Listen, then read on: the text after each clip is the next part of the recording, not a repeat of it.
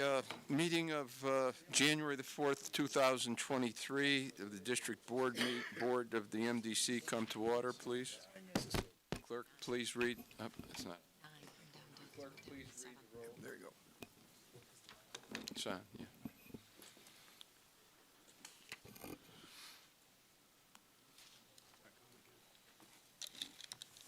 DeBella. Here. Adel. Here. Avedisian. Here. Pisano. Here. Buell. Bush. Here. Curry. Here. Desai. Here. Drake. Here. Gale. Gardeau. Here. Gentile. Healy. Hoffman. Here. Hoheb. Holloway. Here. LaChance. Lester. Here. Lewis. Here. Magnan. Maniscalco. Mandyke. Here. Payne. Here. Patel. Here. Potowski. Salemi. I see Commissioner Salemi's on the WebEx. Torres. Here. Wolf. Here. Carrier. We have a quorum. Okay. Please stand for the pledge of allegiance. Pledge allegiance to the flag of the United States of America and to the republic for which it stands, one nation, under God, indivisible, with liberty and justice for all.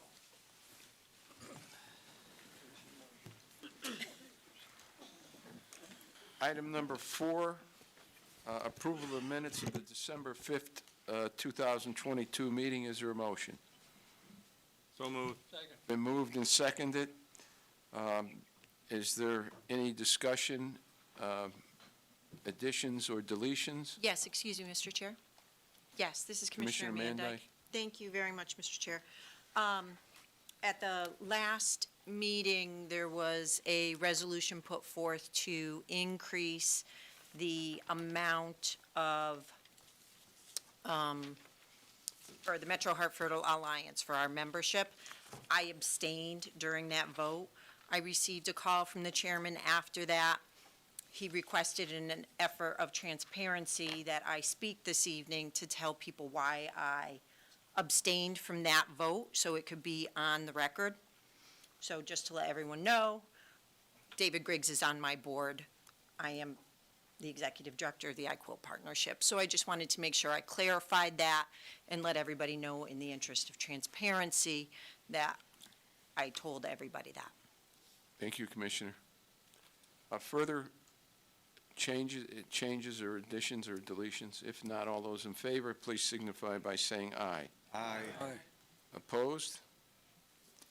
Item 5, public comments relative to agenda items.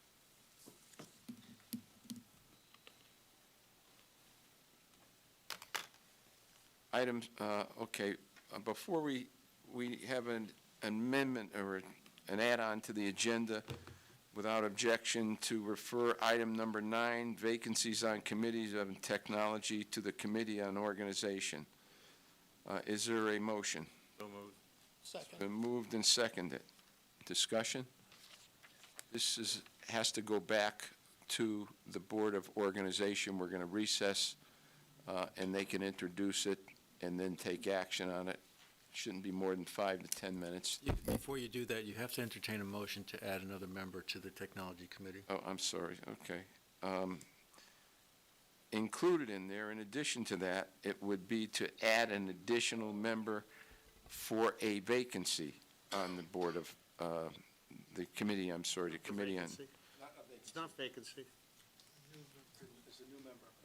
A new member, but there's, the issue is The other one's a vacancy. vacancy. One's a vacancy, one's a new member. So this would be for the vacancy or for the new No, member? you're going to refer the vacancy to organization, Right? together with if New it member. passes, a resolution for a new member, not a vacancy, but a new member, the assignment of which will be considered by the Organization Committee as well. Once they do their job after reconvening, they'll adjourn, come back, you'll reconvene and then consider both items, however they got there, but both items, the replacement, or the filling of the vacancy caused by the passing of Commissioner Vicino, and the assignment of a new member to the new position on the Technology Committee. Discussion. Mr. Chairman, you can just add that on to my motion to refer. Thank you, Don. Okay. Further discussion? If not, all those in favor signify by saying aye. Aye. Opposed? Aye. Okay. Opposed? None. Okay. And then we need a motion. Motion to recess. recess for the Committee on Organization to consider the vacancies. So moved. Second. Been moved and seconded. All those in favor, please signify by saying aye. Aye. Opposed? Aye. Opposed? You go right from there. We stand adjourned. You want to, No, this is open Okay. session, so you can. Okay, my name is Avery Buell. I'm chairman of the Committee on Organization, and I'd like to reconvene and continue a recommendation, in this case, for the Committee on Technology to fill a vacancy with Commissioner Adel and a new position with Commissioner Gardo. Is there a motion? Just ask Is for a there a, motion. is there a motion? is there a to- motion? So moved. Oh, I'm sorry, you're chairing this Second. meeting. I'm not chairing this meeting. Second? Second. Any questions? We'll take all those in favor? Aye. Opposed? Abstained? Abstain. Pass. I abstain. Thank you. And motion to, Do you have anything else on your agenda besides that? no. I'm sorry, yes. Number 5, the opportunity for general public comments. Isn't there? You can do that. It's fine. Or none, I see. Number 6, are there any commissioner comments and questions? We have to do the other piece of it. Commissioner Bush? Yeah, what was the criteria to determine the number of members of the Technology Committee? I'm not aware of the number, since it's a new committee that was formed by the board, so I might defer to the chairman. Yeah, the reason is we've tried to keep this a small committee because there's getting a quorum, even though there's 3, getting a quorum has generally been a problem with committees. But more importantly, we're dealing with an issue that we think there should be a smaller committee than a larger committee. Well, you're adding someone, though. I know we are, but that would be to the 6. We had talked about that before, going to 6. There was going to be an additional. But we're going to 7, though. That's the question, is why are we adding a member? The addition, I believe, was, like I said, we talked about going to 7 for an odd number. Does the quorum, is the quorum dictated by the number of members? No, it's dictated by the formation of the committee. The committee voted for a quorum of For a 3. quorum That of remains- 3, So it wouldn't matter how many commissioners were on the committee, the quorum would still be 3. right. But a working committee of 10 or 12 is the reason we referred the issue from Public Works to a smaller committee. Okay. Okay, further discussion? I have one other quick comment with regard to what I mentioned before, and that was, for those who weren't here, my intention is to contact all the commissioners next fall and inquire about the committees that you're serving on, or the committees you might want to serve on, and so forth and so on, just to take advantage of people's desires, their expertise, and so forth. I meant to add to that I'm also going to pay attention to the representation of towns on various committees. So, for example, BPW isn't just 3 towns or something like that. So I'll be paying attention to that also. Are there any other questions or comments from the commissioners? Commissioner Payne. Mr. Chairman, thank you. This is Commissioner Payne. Will there be an opportunity for other towns to have citizen members? That's the legislature's decision. That's a good question. I don't have an answer. Isn't that the You mean on the legislature? Board of Finance, Dominic? Just in general? I've never had anybody come to Newington and say, hey, do you have any citizens that would like to be on? Well, in order to be on most boards at the MDC, you have to be a commissioner. If there, to the extent there are vacancies on the commission, then certainly that can be made public, and if there's an expression of interest from any community, they can make that known to Commissioner Buell in the organization committee as a whole as to that issue. His work is mostly done after they're appointed, but if you wanted to express some interest, you can do it through that committee. I'm sure he'll share that information with the full board as well, but. A question I might have, Commissioner Payne, is if we are, I think it's bylaws, we are 29 commissioners, so if we did have another legislative or governor-appointed commissioner, then I guess a town or whatever. Well, we have, we have a couple of things going on here. So we have Chris Stone, District Council. We have 29 voting commissioners, 4 non-voting commissioners, and those 4 are from the non-member towns.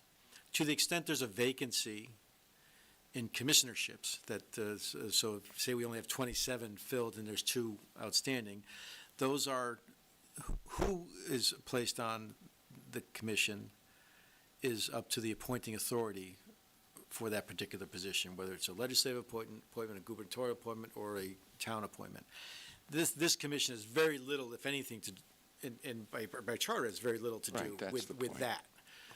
Once appointed, and then the assignment comes up as to, obviously, one of the things that the committee and organization would look to is the preference of the new member.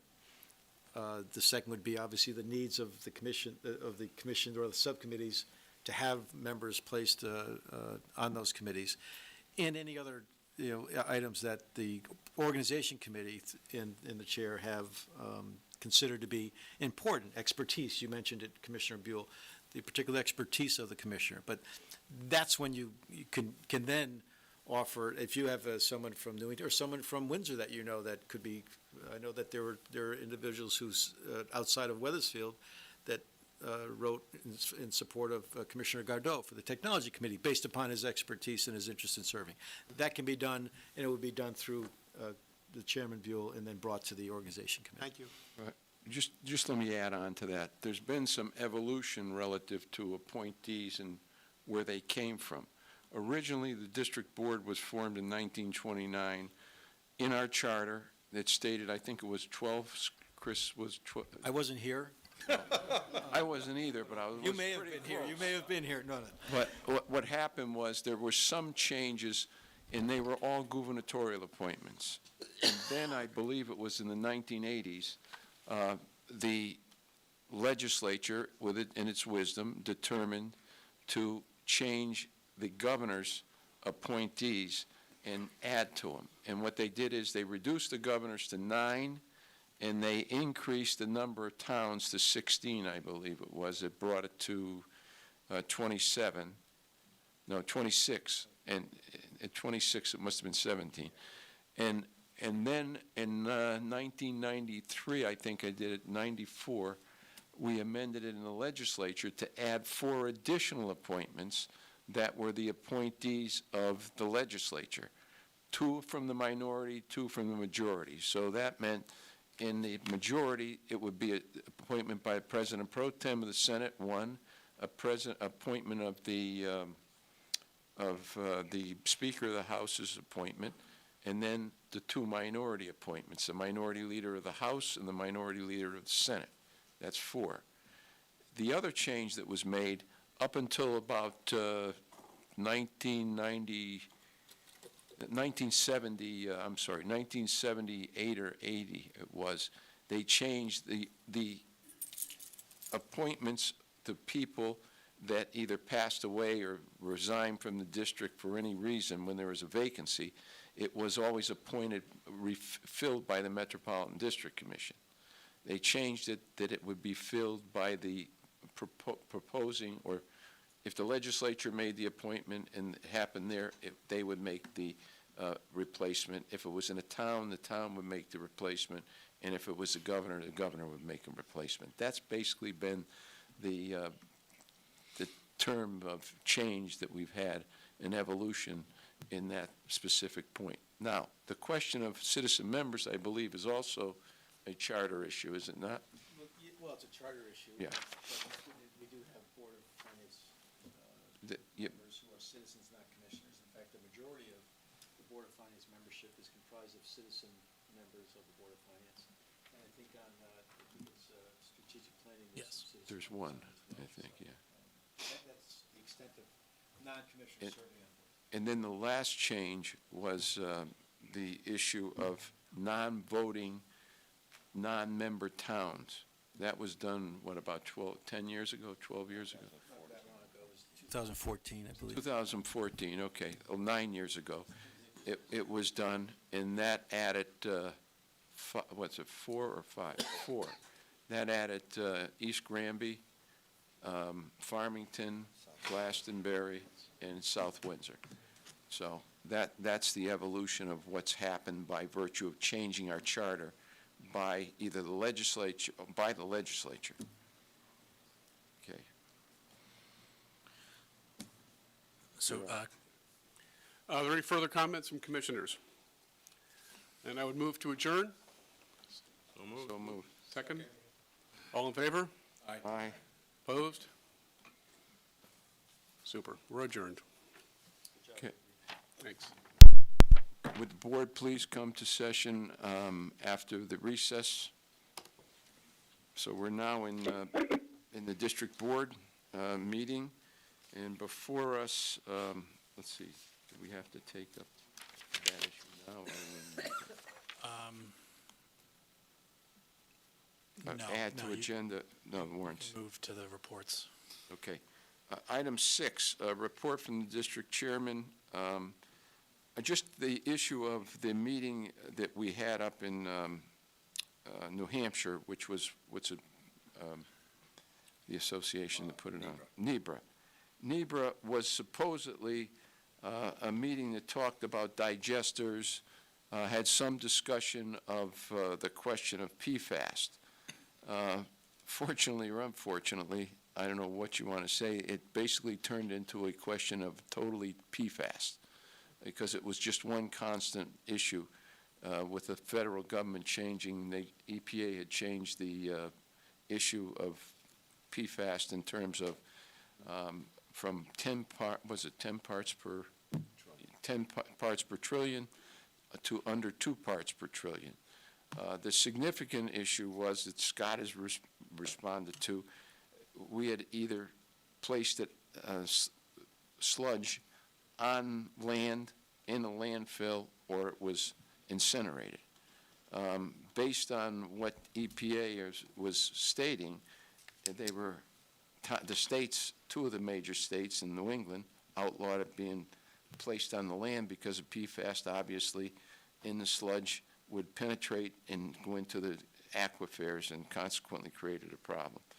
So that meeting, for all intents and purposes, went from issues on digesters to basically PFAS, and it was a day and a half of continual issues on PFAS because it had been accelerated significantly, especially, I believe it was Maine and New Hampshire, where we were having the affair, because these people are looking at, what do we do with it? And that was the main issue that we had at that meeting. At 2 o'clock, I think it was, or 2:30, they had invited 2 or 3 contractors in that did certain things with PFAS and had procedures. I was not there for that. We had a board meeting that was at 5:30, and I had to drive back from New Hampshire to Hartford and make it by 5:30. So I wasn't in attendance for the 2 o'clock. It was supposed to cease at 1:30, but they kept it going till 2 to about 4 o'clock on presentations that they made. I was not there for that meeting. But the significance was the meeting was PFAS. PFAS was the centerfold of what do you do and how do you do it, and basically no one had an answer because no one knew what EPA was going to do, but they knew there was a problem with the disposal of what you could do by either state DEEPs or EPA. in terms of what was going to happen. Any questions? I'll be glad to answer. No, Mr. Chairman, have you had any communication with CTEC? I'm wondering why they continue to advertise that they're doing a pilot program with us, and so I'm wondering whether or not you had any communications with the I have had- CEO or anybody else at the I company? have had several communications with them relative to their technology. No communications to them relative to any issue that they would be eligible or that we were doing anything on a pilot program. They've gone to several communities, Farmington, they've gone to Middletown, pursuing the issue of a pilot program. It's not just the MDC, they've been to, like I know of two of them, are Farmington, and Scott's got designation of Middletown. It's just, I find it pretty abnormal that we catch them a second time advertising that It's they're not doing the a pilot. second time they've advertised it. That was the issue of biodiesel. No, it was CTEC. This is the second time. Well, I can't control that. So what's the issue? Did you encourage them? You must have given them some sort of idea or, I mean, something must have happened. A company doesn't do that Excuse just me, out of the could blue. I- If I could finish first, Go ahead. it's abnormal for a company to advertise that they're doing that unless somebody gave them the impression that it was okay. They said that to us when we had the meeting in May, that they'd be willing, that their technology, they'd be willing to do a pilot program for, what was it, 30 to 60 days or 90 days or whatever it was. So that started back in May of 2021, when we initially met with them. They've submitted to me significant amounts of information. That's my prerogative to deal with them on information. No suggestion that we were willing to do anything with them on a pilot at all. And I don't think any other town has agreed to do it. Okay, one more question, Mr. Chairman, through you to the district council. District council, is this the second time that we've had to notify CTEC that they were overstepping their bounds on gasification, announcing that we were doing a 90-day pilot program? Well, it's the second time we put them on notice I got to be clear here, though. Clear It it. was, Statement. Clear it up, go ahead. it wasn't about starting a 90-day program. Their language was hopefully start, but the more concerning language that, and I alerted them to this particular phrase within two communications one to a potential end user, another Water Pollution Control Authority, and the other to regulatory agencies that are actively looking into new technologies in gasification in particular, but also other technologies. And that was the phrase, and I apologize if I have to paraphrase it, but was the following. We are working closely with the Metropolitan District through its chairman and his team. That's the language that troubles me, because I approached the chairman and he indicated that that's not the case. So, I take him at his word. I put them on notice once. It didn't seem to do anything. I put them on notice twice.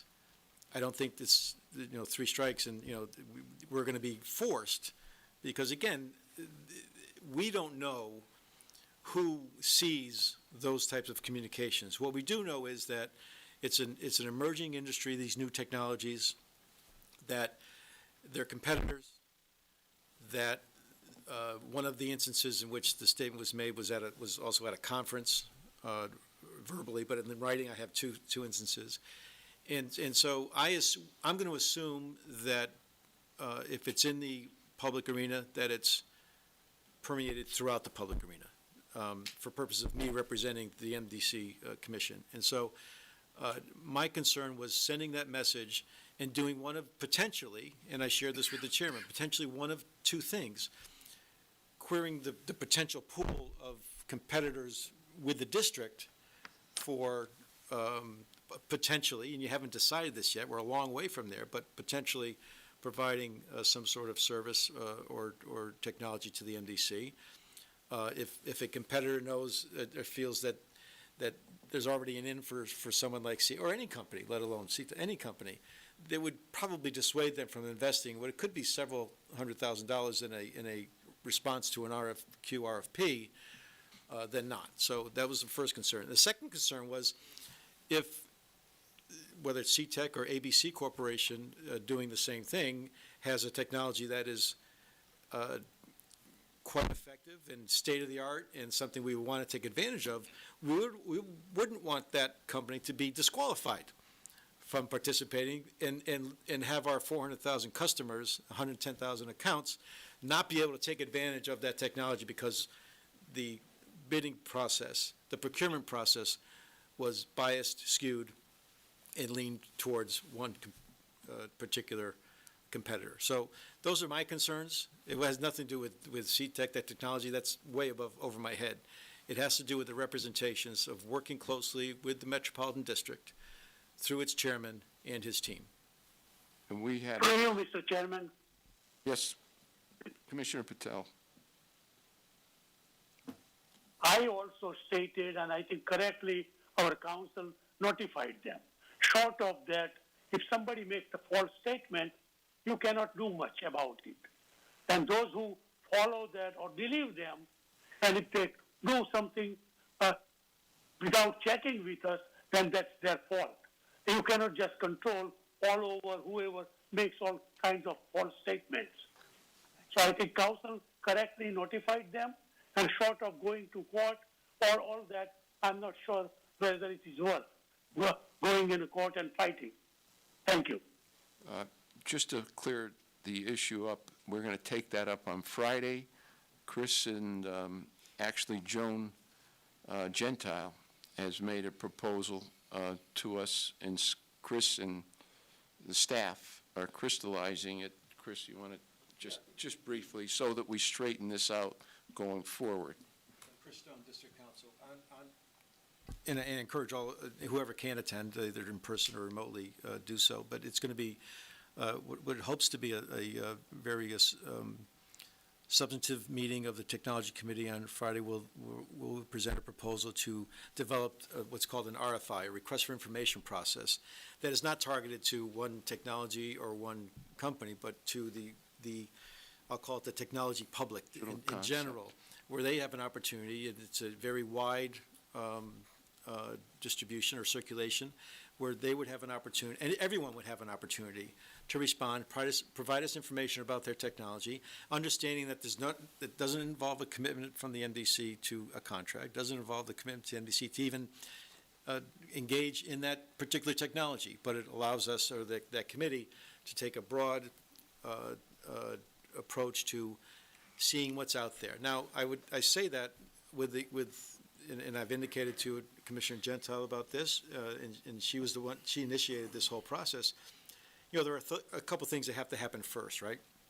We have technology now that down at the South Meadows, I just use the smokestacks down in the South Meadows by way of example, that were the subject of the white paper that Scott prepared, and that all indications are that they're effective, that they've been able to meet the EPA standards that went from 3,800 parts per million, I believe, on carbon, down to 50 parts per million on carbon. So they've been, it's been effective, and they're an investment. And I think the first issue should be a consideration of whether to go forward with other technologies to replace that or not, and that's a decision that the Technology Committee and then ultimately the board's going to have to make. But the other part of it is to have a general enough solicitation, if that were the choice of the Technology Committee, that you're not targeting or gearing towards any particular technology, but rather getting a sense of what's out there. So, Through you, Mr. Chairman. Yes, Commissioner Commissioner Torres. Torres. I'm concerned that this process, because of our past history with a lot of contractors that blindside us many times, they tell us one thing and then they come out and they do something else, that this potential procurement process, at the very least, is tainted, and at the worst is poisoned. And I think that, I agreed with the last letter that you sent these folks, but I think there has to be a drop-dead date and a retraction from these people acknowledging the fact that there is no pilot and that it is in writing.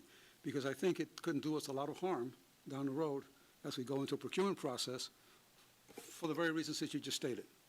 And it's a tremendous disservice to our constituents, the towns, that we do not have the potential to have the best possible competitive process because we have to eliminate one potential entity that could be a very good entity.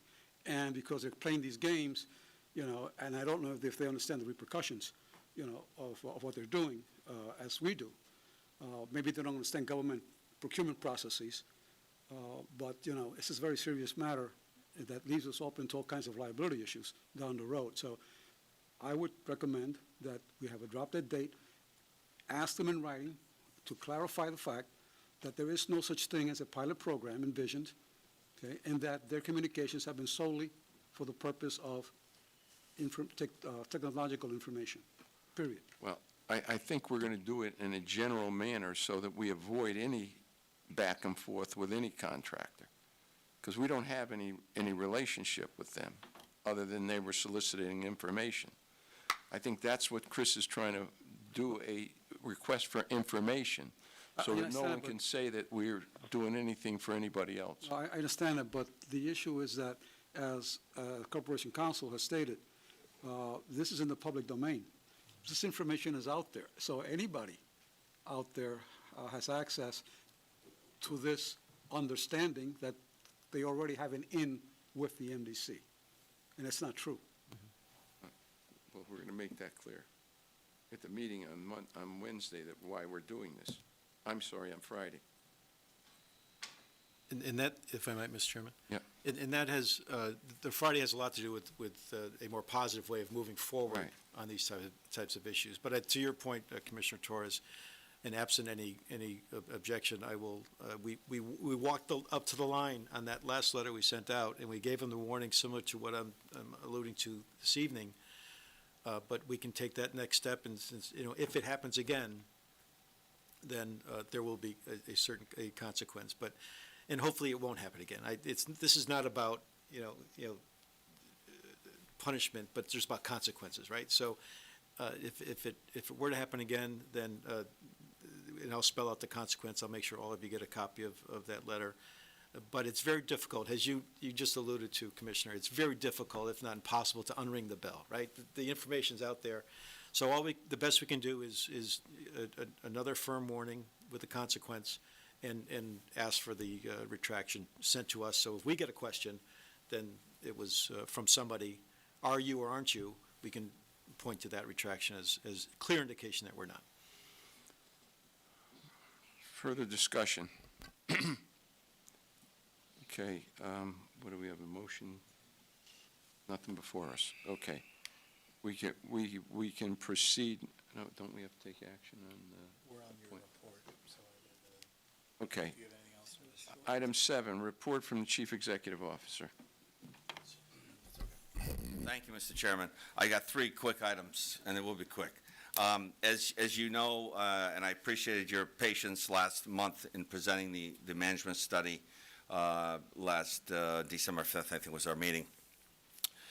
We've made a commitment to bring a number, 6 presentations specific to each individual department. We're trying to make this schedule work with our Chair of Strategic Planning, Commissioner Avedisian, and staff is going to be working within the next couple of weeks to try and schedule that next meeting, which we're going to start with operations. We'll follow the format of the summary, and we'll focus on operations and what we've done with operations. So we'll be working with the Chairman Avedisian on that scheduling of that event or meeting. It'll be a public meeting. we're hopeful to have West Hartford public television here as well, so we can reach a broader audience for these events, and we'll be scheduling that in the next couple of weeks.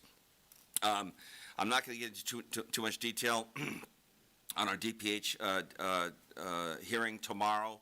I do want to mention, though, that we did meet on December 8th with our watershed towns, Barkhamsted, Colebrook, and New Hartford, Heartland, and just to get their support and understanding of what we're trying to do here.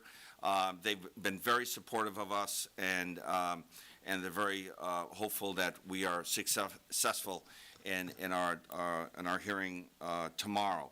The last item is, some of you may remember this, commissioners from Windsor may remember this, but one Sunday night in July of 2013, I got a phone call from our staff and Susan Negrelli and Rob Langenhauer, and had indicated we're having a severe loss of water at our treatment plant in West Hartford and Bloomfield, and we were really trying to figure out what was going on. It was 10 o'clock at night.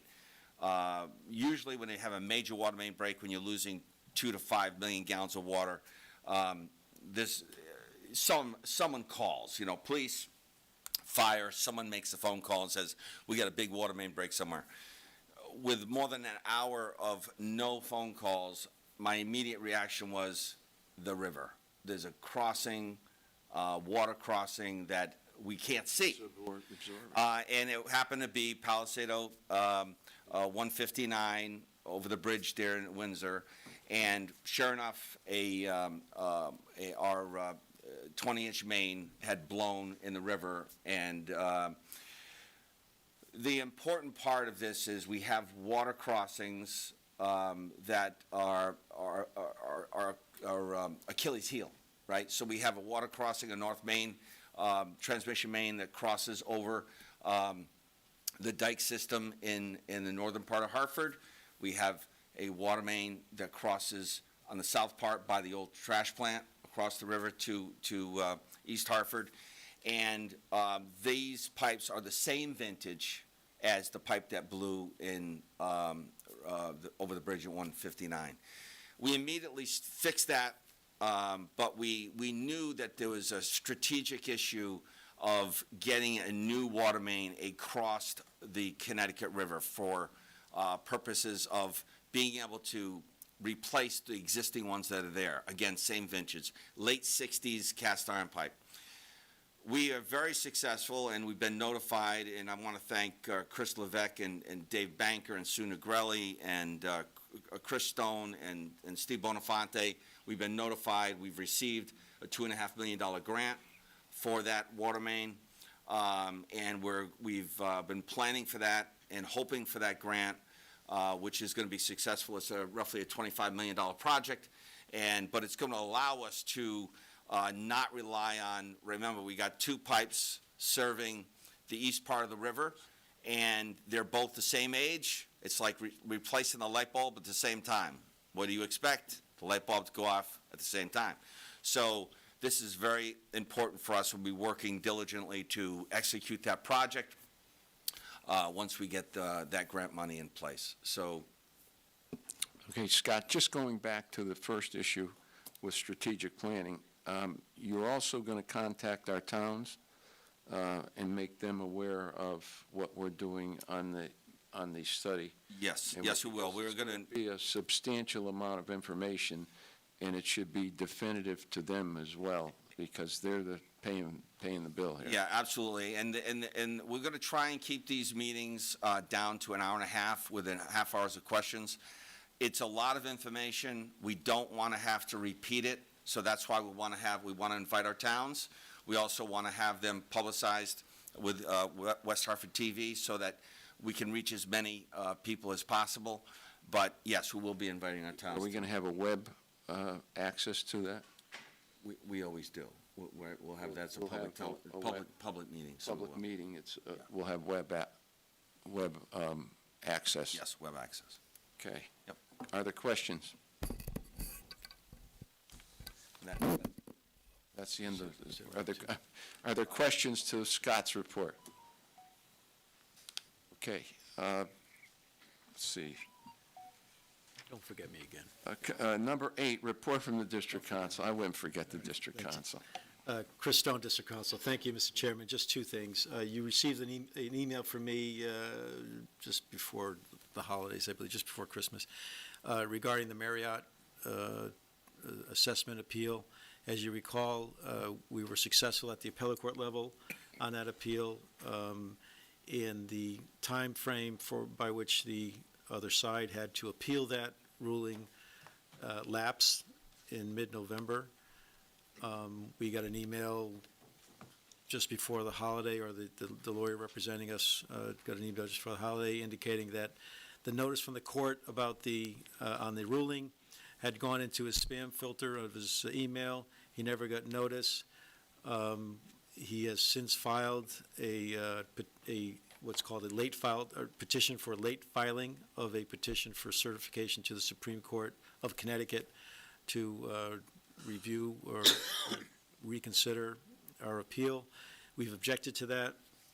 Who knows where it's going to go? That's one of the problems with technologies, is that you run into these problems, and both myself and my brother counsel on this understand that these things happen, and we don't think it's anything nefarious on our opposing counsel's part. But there are ways, the things that you can do, and that our counsel does to avoid these types of things, including getting direct notices from the court that something has happened in the case, even if you don't know what is happening, but you get a ping, so to speak, as to what's happening, just so you keep an eye on these things. So who knows what's going to happen? I'll certainly report back to all of you once the Supreme Court rules on that motion for a late filing. And then the second thing is the tunnel litigation. That's pending in federal court. That has been, by order of the federal judge, Arterton, has been ordered to mediation through an assigned magistrate. We have a scheduling conference next Tuesday on that. So that's an effort by the federal court to short-circuit what could be a very long, expensive, discovery-laden, pleading-laden litigation that probably is going to make more money for lawyers than anybody would want to imagine. So it's an effort for early intervention by the court, a specifically assigned magistrate who will accommodate our schedule, but also move this along so that if there's any hope, including or outside what's already going on in terms of negotiation between Scott and his staff on the technical side. But if there's any hope to try to get some resolution on that very significant case, it's now, because as all of you can imagine, once you get into the trenches of litigation, you fall in love with your case and nobody wants to settle because they've invested too much and are reluctant to resolve it short of going to the courthouse steps on trial day and understanding that your case maybe isn't as good as you thought it was on either side. And it's certainly not here because we know we have a great case. But that's where that is. But it's an important step in terms of how that case is proceeding. I'm thankful to Judge Arterton and her assignment of a magistrate specifically for us. And the difference in Commissioner Gale and others can attest to this, the difference between obviously federal court than state. The state will give you a pretrial, and unless it goes to complex litigation, it's basically a pretrial or two, and you try to resolve a multi-million-dollar case in about an hour. Here we've got, and that's just because the resources aren't there, not because of an unwillingness, but the resources aren't there. The other option would have been private mediation, which is costly. It's you pay a couple $1,000s a day, and it could go on for days and days and days. And you get sometimes a retired judge, sometimes you choose a lawyer in the construction industry, but you have to agree on the person. Here we didn't have any say. It was the magistrate that was assigned to us, and that's fine. But it's the only expense you pay is for the lawyer, but it's a lawyer in mediation rather than a lawyer in litigation. So it's much less expensive than otherwise. So that's proceeding, and I'll keep you posted on how that progresses as that moves forward. Chris, I got one question on this issue. This is a mediation, though. It's not not a binding. It would be a mediation, even though it's a federal appointed That- attorney. It wouldn't be binding. That- What that- would happen is you'd come to a mediation, and then you'd have to have a binding. How do you bind that? Well, you agree to it. So it's the judge, the court, the magistrate, and then ultimately the federal judge can't compel you to settle a case in mediation. Right. They can cajole you, they can try to convince you, they can move you towards closer perhaps, but they can't make you. That's mediation. Binding arbitration is different. That is, you throw on your case. It's an abbreviated process, not quite a trial, but basically the arbitrators get everything. They decide you're bound by it. There's very limited appeal rights. You have to prove the arbitrator was a crook, committed fraud, misapplied the law, or issued a ruling that was against public policy. Those are the four bases for an appeal of a binding arbitration award. So this is that process as the chairman described. We, just by way of example, and then I'll be quiet, but we went through mediation and resolved the case on the Ludlow, Limbrook sewer collapse, the liner collapse in West Hartford. That was heading towards, just more and more litigation and more than it had to be, particularly where you have an issue where there was one party that we knew was not at fault in that liner collapse, and that was the MDC. There were three other parties, three defendants fighting, pointing their fingers at each other. So you can imagine how that was working out. But we were able to get close to 100 cents on the dollar through mediation, through the work of the magistrate that heard that case, federal magistrate. And hopefully this will bear the same fruit. But I'm cautiously optimistic. It's a good step forward. If I may. Go ahead, I'm sorry. Yeah, no, it's okay. Scott Jellison. So, and in addition to that, as we've already reported, I have met with my construction staff and the contractor a couple of times. I've reported that to you. We were trying to resolve this at a technical level, and what the last meeting, which was in December, or maybe it was even November, we had agreed as two parties. We had agreed that we would allow the geotech engineers, because this is a geotech problem, this is a geotech technical issue. We agreed we would let the geotech engineers sit down in a room and try and come to some kind of a agreement or resolution as to what was actually found 200 feet below grade in terms of the amount of water that they felt was above and beyond the scope of their bid. So it was postponed at least twice. We have it scheduled. It is scheduled for the 23rd. My pre-meeting is the 23rd, and the other meeting is the 25th, I think, which is 2 days later. So we are working in both arenas. Mediation, we're also trying to resolve it directly with the contractor, and we'll give you an update after that meeting. So this is into the merits of the issue. Yes, From a technical standpoint. Yes, and we've already given our position on that, but we've been very open and told the contractor, if you can prove to us that there's something, as we would call it in construction, unforeseen conditions, which is more water than they expected. We've talked about this numerous times during the design and the construction and the bidding. The biggest liability in any tunnel project 200 feet down is water.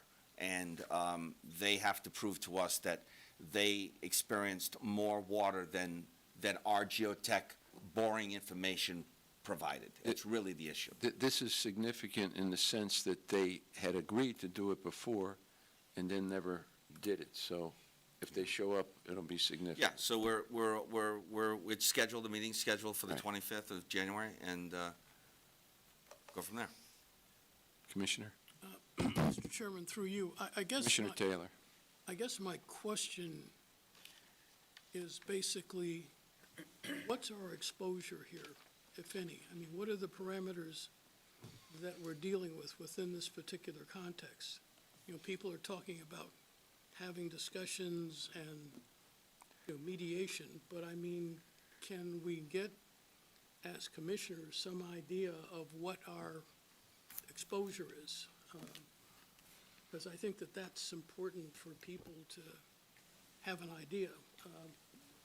because you can agree to any number of things, but within the context of this situation, at the end of the day, we're talking about dollars, money. Chris, Thank you, Mr. Chairman, and District Council. Chris Stone, District Council. I can tell you what the public information about our exposure, i.e. the complaint filed in federal court, asked for a minimum in damages of $37 million, and that has to do with the claim of a differing site condition within Reach 1. The tunnel itself is divided up into 3 reaches. There is also, we expect a claim for Reach 2 and 3 of some unknown amount that hasn't been quantified yet, but this is not insignificant. Now, that's the claim. But we all know there's 2 sides to every story, and if you wanted to get into our side of it and strategies, et cetera, I would suggest that you either go into executive session now or allow the Bureau of Public Works, which has been dealing with this on a, I won't say monthly, but certainly bi-monthly basis through former Chairman Vicino, and I'm sure now through whomever the next chairman is going to be, keeping them apprised of what's going on, both through the committee, at the committee level, and also independently as chairman of that committee. So, but whatever the pleasure is of the board is fine with me. My recommendation that we do go into an executive session, we have a substantial number of commissioners here that exceed the number of commissioners we would have at the Committee on Public Works. If I may, Mr. Chairman. I'm sorry, We Chief did- Executive. Yeah, thank you. We did give a full update on this issue at BPW, whatever the date. Mr. Chairman. I don't remember the actual date, but thank you. But we did give a full update on this topic to BPW, and I believe we did go into an executive session on that claim issue. So. Commissioner Patel? Yes, I agree with the strategy.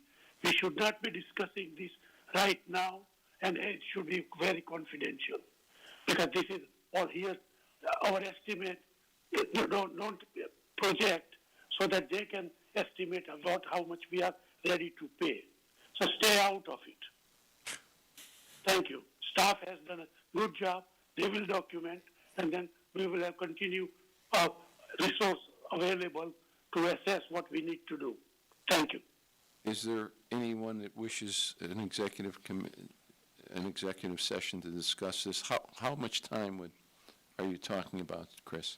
This is really just the beginning. The case was just filed in very late 2022, so we're just in the early stages of the battle, so to speak. So I think the better course would be allow us to get a schedule for the actual mediation conference. There's a scheduling conference next Tuesday.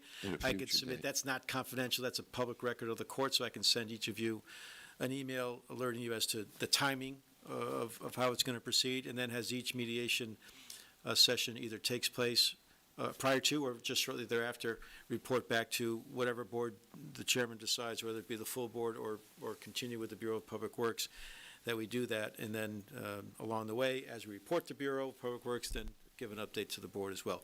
Yeah, we could give an update at that time to the board at a future meeting.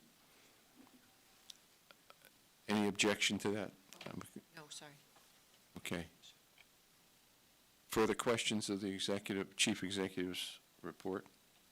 Yes, thank you, Mr. Chair. Commissioner Mandai? Thank you very much, Mr. Chair, through you. District Council, I'm just wondering, I know in 2022, we passed a conflict of interest statement, and I'm just wondering when we should be doing that, signing that, when it'll be ready for the commissioners to go through, or how that's going to work. Well, I believe that, and I could be, correct me if I'm wrong, please, but I think the form is finalized, and I think it's been distributed. If it hasn't, then I'll make sure it gets distributed immediately. I know that Steve Bonafonte in my office was working on that, and unfortunately, he's away this week on family stuff. So, but we'll take care of that. And then I know that he has done some research on either through internet and professional organizations to do a primer on conflict of interest that I think would be helpful for everybody, including me, in my office, so we're working on that. If we're unsuccessful, we'll do it ourselves. And we have had communications with the State Office of State Ethics, and they've expressed a willingness to come down and visit with us in person on either one or two sessions, divided up between the commissioners to have that primer on ethics. But we'll be able to do that in short order, and certainly before the January 31st deadline of when those have to Right. be. That was articulated in the adoption that it would be done in the month of January. So it's early in January. We're moving along on it. Thank you. Further questions of the Chief Executive Officer? Okay. Boy, that was a short one Yep. for you. Waiting on you. Right. 9, Committee on Organization, Consideration, and Potential Action regarding appointment of commissioners to committees. Recommended action, receive the report and adopt the resolution. Is there a motion to adopt? So moved. Moved. It's been moved and seconded. If I may, Mr. Chairman, the resolution before you is slightly amended at organization. The appointments listed to the Committee on Government, Commissioner Desai is appointed to government, but Pisano and Gale are not being Which order do recommended. you want to keep? 10 minutes, sir. I can wait. We keep my, Commissioners Pisano and Gale are not being recommended to be appointed to government, but instead to strategic planning. And then also the two commissioners. They're on the copy Okay. that they had. Okay. Is there discussion? If not, so we've covered all of the amendments and everything else that were, okay. All those in favor, please signify by saying aye. Aye. Opposed? Okay. Committee on MDC Government, Consideration and Potential Action regarding appointment of legislative consultants. Recommended action, receive the report and adopt a resolution. Is there a motion? So moved. Been moved and seconded. Is there an amendment? There was an amendment approved at government to modify the compensation amounts. For Gaffney and Bennett, it was increased to, this is only on the state level. You'll see in the resolution, the first paragraph is state lobbyists and the second paragraph is federal. For the state lobbyists, for Gaffney and Bennett, the amendment was increased to $69,000 from $60,000. SJB was from $20,000 to $25,000, and strategic outreach was increased from $60,000 to $66,000. Other questions? Why are we increasing them? Commissioner Chris? Yeah, if I might, thank you, Mr. Chairman. Chris Stone, District Council.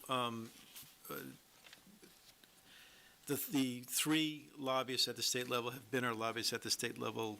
Brendan for a decade plus, Steve for 4 or 5 years, and Janice Fleming for at least 3 years now, maybe 4. But and each of them have done an exemplary job. And we felt that there's been a significant period of time, 4 years, that there was no increase for It's the first change in 4 years, then, as far as. It's about, it may be 3 years, Commissioner. It's been a while. And one of the reasons why it hasn't happened before is because of, I hate to blame everything on COVID, but in fact, COVID shut down the Capitol for at least two and a half years.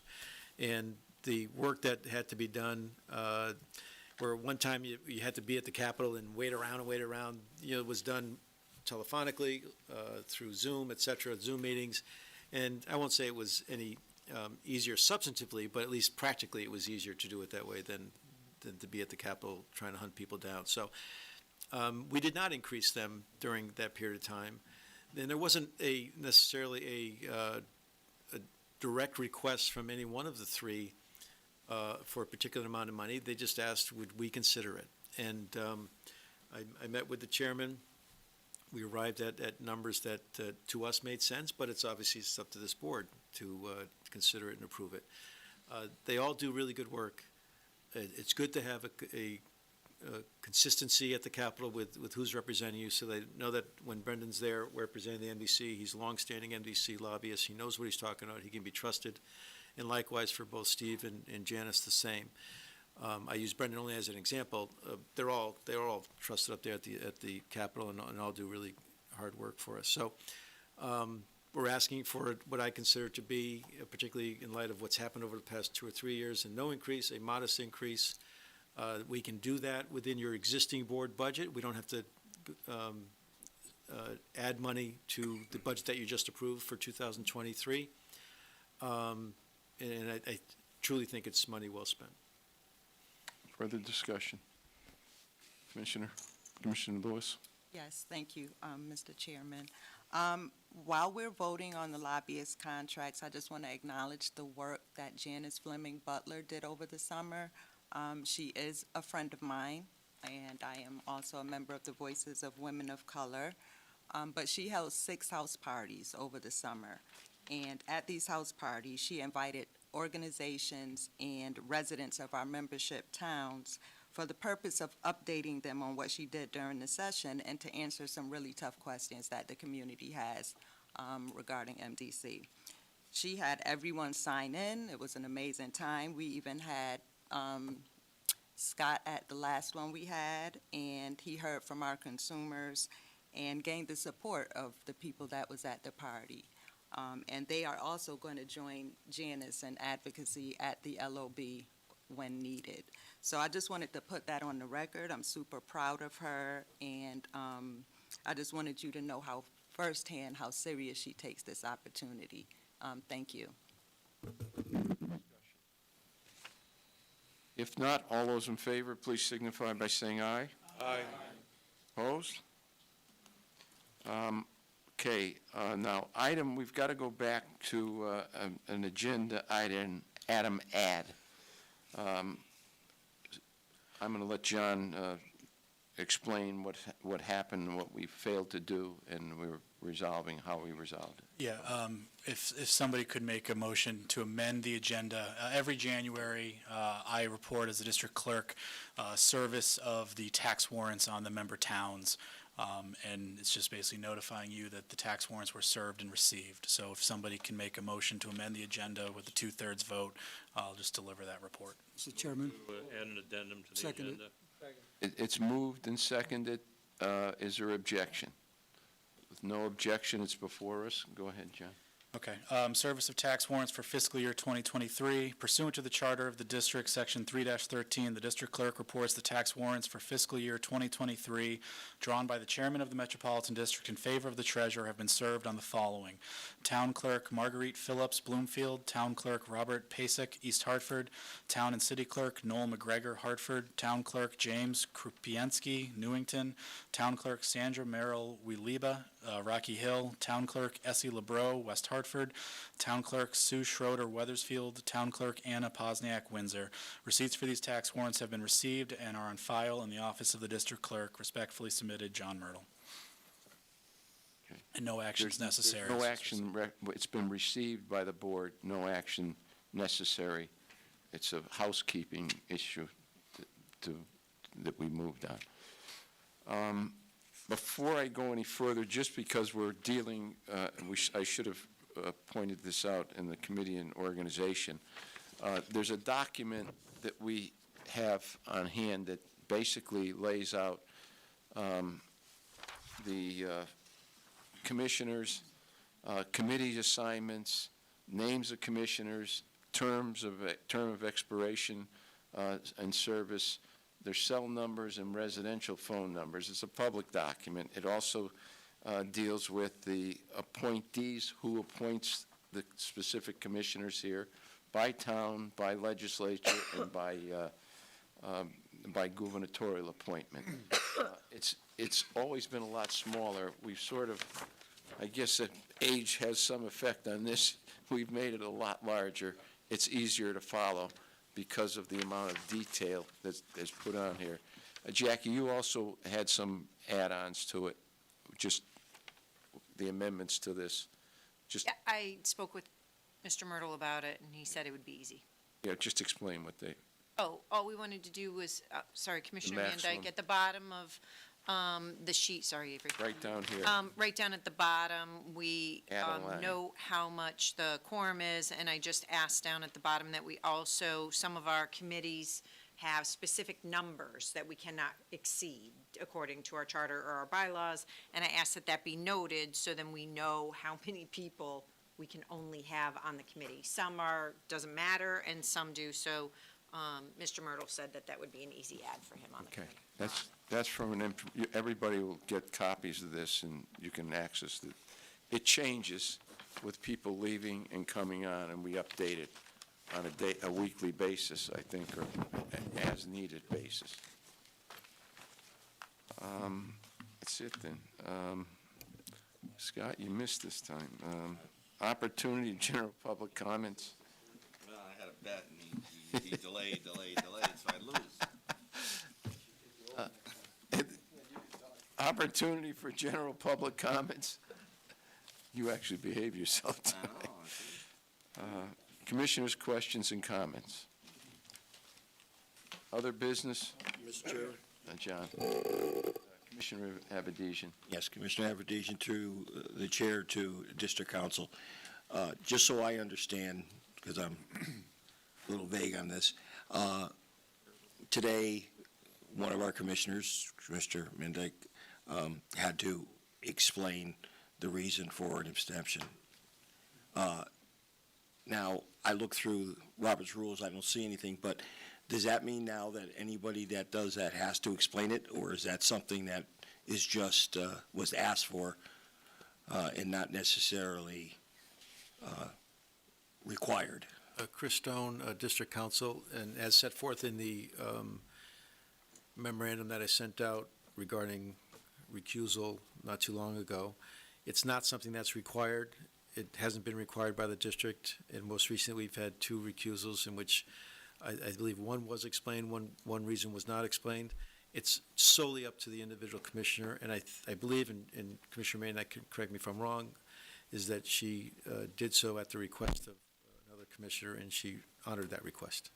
That was prior to the ruling that you put out on the, Jackie, it was prior to the, Well, her recusing herself was her prior. recusing herself But was, her explanation tonight was after the Right. memo. Yeah. Okay. Thank you very much. Adel? I just wanted to read a statement tonight.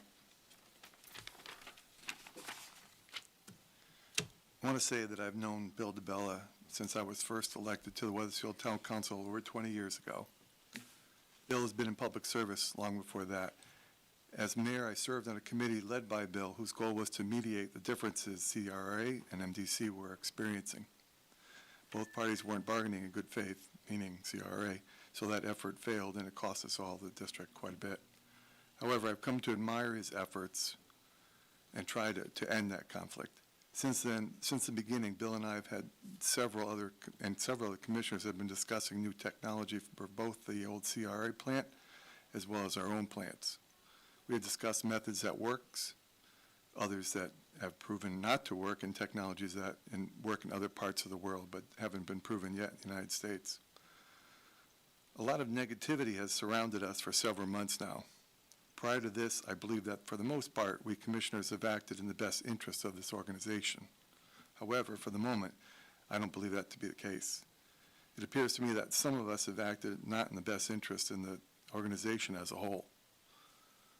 I think that before we continue to make accusations against our fellow commissioners, we should look to the several examples of public service several of us in this room possess. And before people cast aspersions about other commissioners' motives, they should remember that we all subscribe to a code of conduct. Our job is to lead, and I think Bill has been an excellent leader. He has tried to spread responsibility for moving this organization forward among us all. Instead of constantly trying to challenge that leadership, we should try to resolve and find new paths forward together. It does us no good to fight among ourselves, so let's dedicate ourselves in 2023 to finding the best ways to move our organization forward. Thank you. Further comment, questions? Go ahead. Commissioner Curry, I'm sorry. Curry, I'd like to follow up on the conflict of interest form. And you're right, the state does have a 30-minute video for ethics.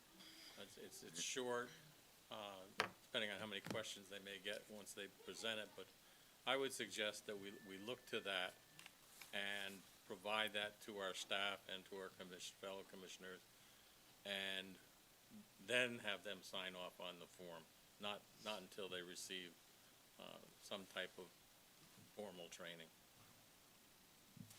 Okay, is that going to be? That's not a problem. Not a problem. Good point. Further, where are we on questions, comments?